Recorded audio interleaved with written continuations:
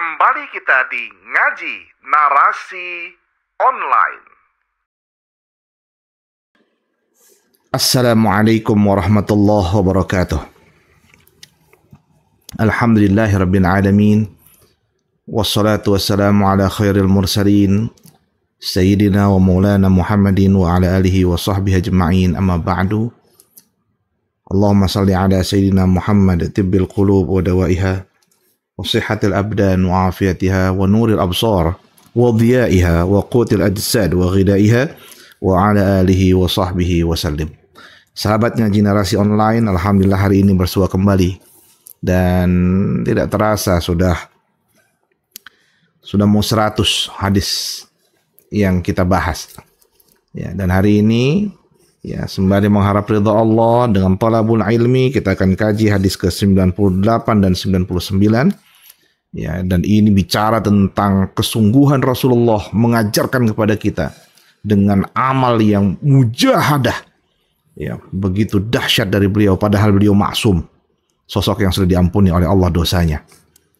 Tapi kegigihan beliau beribadah patut menjadi penyemangat bagi kita untuk bisa ya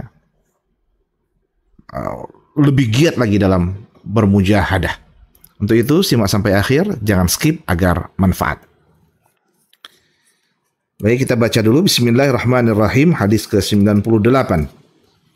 An Aisyah radhiyallahu anha anna an-nabiy sallallahu alaihi wasallam kana yaqumu min al-laili hatta tafattara qadamahu. Faqultu lahu lima tasna'u hadha ya Rasulullah? وقد غفر الله لك ما تقدم من ذنبك وما تأخر. قال أفلا أحب أن أكون عبدا شكورا. متفق عليه. هذا لفظ البخاري. Hadis ke-99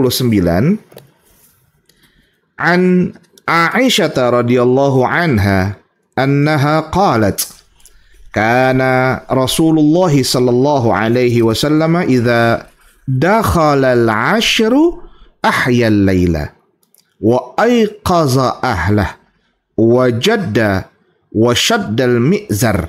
Muttafaqun alaih. Subhanallah. Hadis ke-98 disampaikan oleh Aisyah, ya, istri dari Rasulullah sallallahu alaihi wasallam, semoga Allah meridainya. Ia menjelaskan bahwasanya Nabi Muhammad sallallahu alaihi wasallam kana yaqumu minal laili, ya, beliau itu ya bangun malam dan beribadah salat malam setiap malam itu. Ya, senantiasa bangun melaksanakan salat malam, ya, itu hatta tafattara qadamah.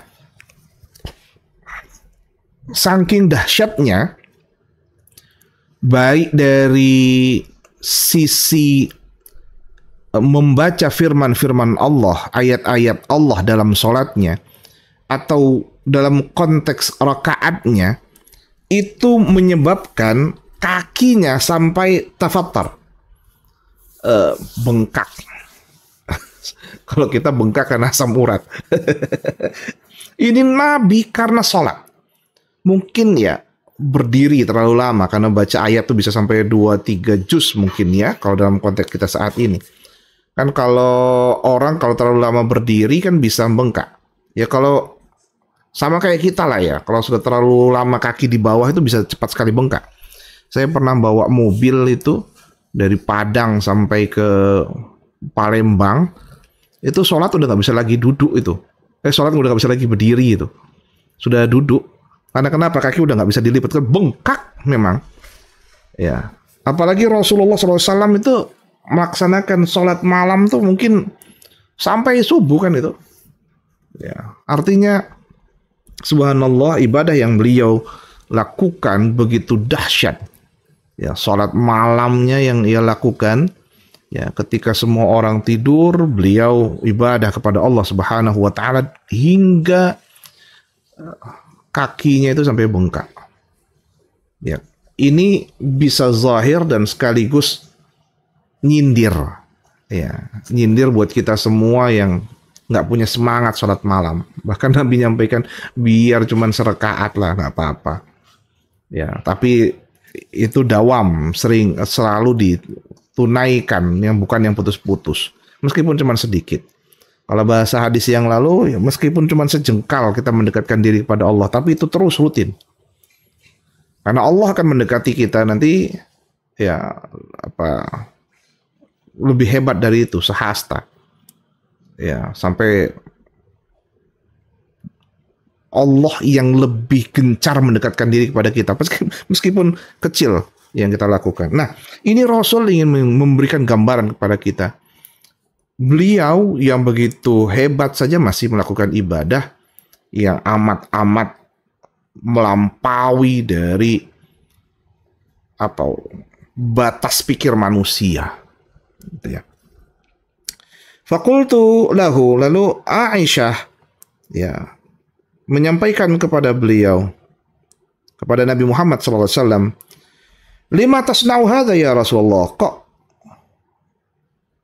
kenapa engkau ya Rasulullah masih melakukan yang seperti ini gitu loh. Wa qad ghafarallahu laka ma taqaddama min dzambika wa ma ta'akhkhar, bukankah ghafarallah, Allah telah mengampuni laka bagimu itu ma taqaddama, apa yang yang duluan, wa ma ta'akhkhar belakangan, ya artinya belum dilakuin sudah dilakuin, semua udah diampunin Allah. Kan engkau maksum ya Rasulullah, istilahnya gitu. Engkau kan sosok yang sudah diampuni, belum dilakuin aja sudah diampunin, apalagi yang sudah dilakukan pasti diampuni. Semuanya sudah diampuni oleh Allah. Loh, kok masih engkau melakukan ibadah yang kalau dalam bahasa kitanya ekstrim banget gitu loh. Kok nggak biasa-biasa aja? Kan engkau sudah diampuni. Gitu. Yang nanya istri loh, ini istri yang nanya.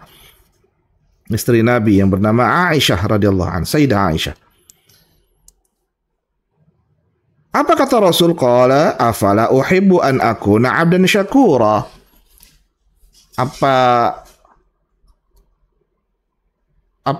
istilahnya itu ya? Kalau aku ya menjadi hamba yang syakura, hamba yang bersyukur, bukankah itu sesuatu yang aku sukai? Istilahnya gitu ya, bahasanya. Jadi yang amat aku sukai itu aku bisa menjadi hamba yang bersyukur kepada Allah Subhanahu wa taala dengan ibadahku ini. Nah, inilah ungkapan ya, dalam Dalilul Falihin ini disebutkan, ungkapan ini bermakna bahwa annal maghfirata sababun li kaunit tahajjud syukran fakaifa atrukuhu. Ungkapan ini menjelaskan bahwasanya ampunan Allah itu sebab ya li kaunit tahajjud, adanya sholat tahajudku ini, sholat malamku ini sebagai bentuk syukron, ekspresi kesyukuran kepada Allah Subhanahu wa taala. Fa kaifa atrukuhu, maka kayak mana mungkin aku meninggalkan itu? Jadi Rasul itu sudah diampuni depan belakang, sebelum sesudah, dan karena itulah ungkapan syukurnya yang dilakukan oleh beliau dengan cara sholat tahajud ini, yang sampai dalam bahasa kita manusia biasa ekstrim gitu ya. Nah, yang menjadi bahan kita saat ini adalah apa bentuk ekspresi kesyukuran yang kita lakukan atas nikmat yang telah Allah berikan kepada kita semua. Wabil khusus adalah nikmat dari sehat, ya bisa kerja, bisa belajar, nyimak YouTube ini. Ya. Apa bukti syukur kita? Ya. Nah, oleh karenanya kita sebagai manusia yang tidak maksum, yang tidak terjaga, terampuni oleh Allah sebelum dan sesudah, yang pasti akan dihisap oleh Allah. Karena Rasul kan nggak mungkin kena hisap. Beliau sudah diampuni oleh Allah, maksum. Nggak usah ngaku-ngaku baik karena sebab nasab atau sebab merasa ilmu tinggi lalu kemudian mengatakan Allah ya udah ngampunin kita. Nggak ada itu. Ya, bahkan keturunan Rasulullah SAW dalam i'tiqad ahli sunnah wal jamaah nggak ada yang maksum. Ya, baik dari gen Hasani atau gen Husaini, ya gen Hasan atau gen Husain, nggak ada satupun yang maksum dalam i'tiqad ahli sunnah wal jamaah. Nggak ada satupun yang sudah lepas dari dosa, nggak ada. Semua akan menanggungnya masing-masing. Ya. Nah, oleh karenanya kita mengejar ampunan Allah Subhanahu wa taala. Kalau Rasul sholat tahajud karena bentuk syukur atas pengampunan Allah sebelum dan sesudah bagi Nabi, kita sholat karena memang betul-betul meminta kepada Allah agar Allah mengampuni dosa kita. Karena kita ini pendosa. Kita ini adalah orang-orang yang banyak dosa. Maka ibadah ekstrim apa yang bisa kita tunjukkan kepada Allah Subhanahu wa taala sehingga Allah mengatakan, "Oke, aku ampuni dosamu." Nah, ini penyemangat buat kita semua ya. Kalau Rasul saja seperti itu, subhanallah. Rasul istighfar, ingat ya hadis yang sebelumnya, Rasul istighfar ya sampai 100 kali. Lu Nabi udah diampunin kok masih istighfar. Ini pecutan buat kita. Nabi aja istighfar, loh Anda apa? Cuma istighfar 3 kali udah ngerasa diampuni Allah. Wah, itu kita kok istighfar cuma 3 kali, Nabi aja 100 kali. Ya, astagfirullah. Mudah-mudahan kita bisa terus punya semangat meminta ampun kepada Allah. Ini mujahadah. Artinya apa? Nabi yang mengajarkan mujahadah.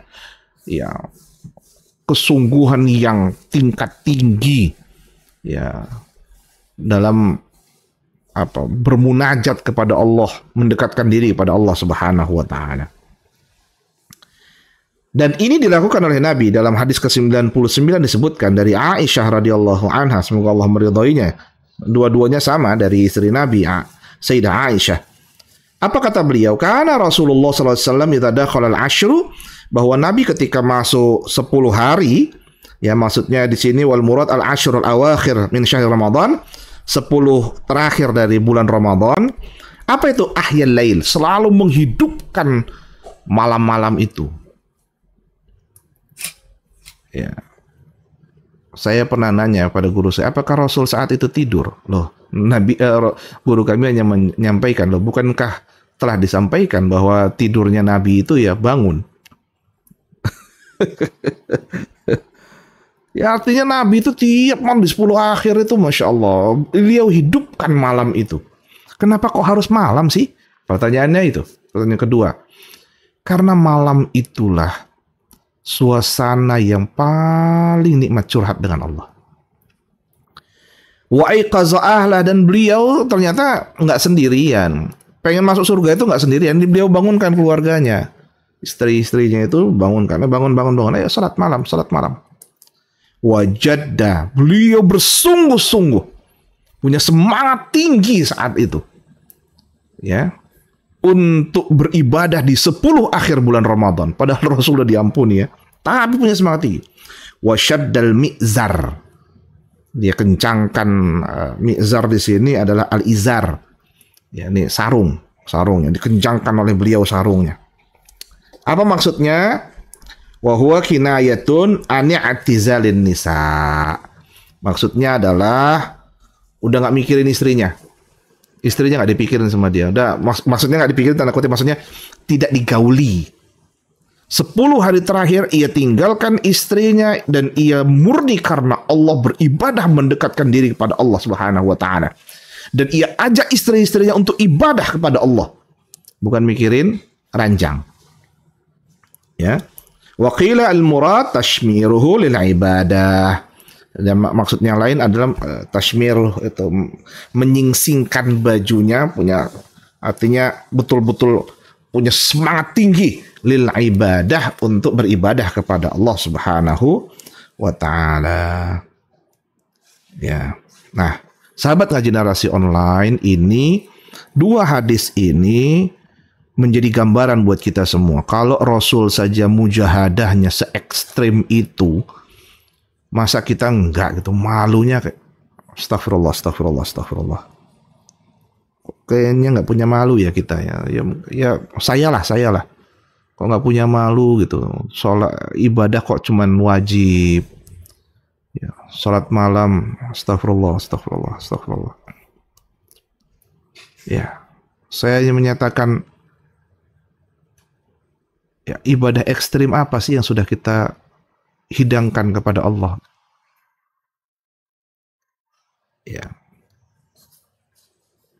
ekstrim ubudiyah mahdoh ya kepada Allah Subhanahu wa taala seperti apa. Nah, harapan saya, mari sama-sama setelah kita ngaji hadis ini 98 dan 99 menjadi penyemangat buat kita semua untuk mendekatkan diri kepada Allah Subhanahu wa taala dengan cara-cara yang betul-betul menegaskan diri ini mukmin, muslim, muhsin.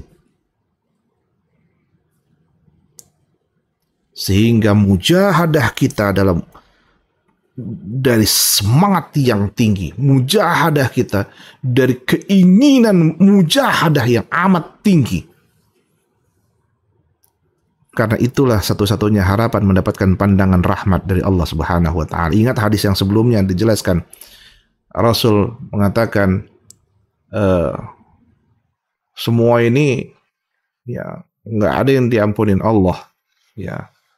Bahkan termasuk Rasul sendiri, kalau itu mengandalkan dari ibadahnya. Wala anta ya Rasulullah, wala ana. Termasuk engkau juga ya Rasul kayak gini, ya termasuk aku juga ya kayak gitu. Kecuali semuanya karena rahmat Allah. Nah, berharap akan rahmat Allah itu bisa disuguhkan lewat komitmen mujahadah kita. Nah, mudah-mudahan manfaat apa yang kita kaji pada hari ini, dan insya Allah bisa kita lakukan, kita amalkan. Ya, jangan sampai kita termasuk orang-orang yang wa qalilun min ibadiyas syakur. Begitu sedikit dari hambaku itu yang mau bersyukur kepada Allah Subhanahu ya, kepada Allah Subhanahu wa taala, bersyukur kepada Allah. Kan rugi ya kalau kita termasuk orang-orang yang golongan yang sedikit itu yang bersyukur. Ya, rugi kita termasuk orang-orang yang nggak bersyukur maksudnya. Wa qalilun min ibadiyas syakur. Amat sedikit ya dari hambaku itu yang mau bersyukur kepada Allah Subhanahu wa taala. Ya, jadilah kita termasuk orang-orang yang bersyukur kepada Allah dengan ibadah mujahadah kita tersebut. Semoga bermanfaat kajian kita. Allahumma anfa'na bima 'allamtana wa 'allimna ma yanfa'una warzuqna 'uluman tanfa'una wahdina subulal salam. Wa sallallahu ala sayyidina Muhammadin nabiyil ummi wa ala alihi wa sahbihi wa baraka sallam. Wa faqadallahu jami'an lima yuhibbu wa yarda. Assalamualaikum warahmatullahi wabarakatuh.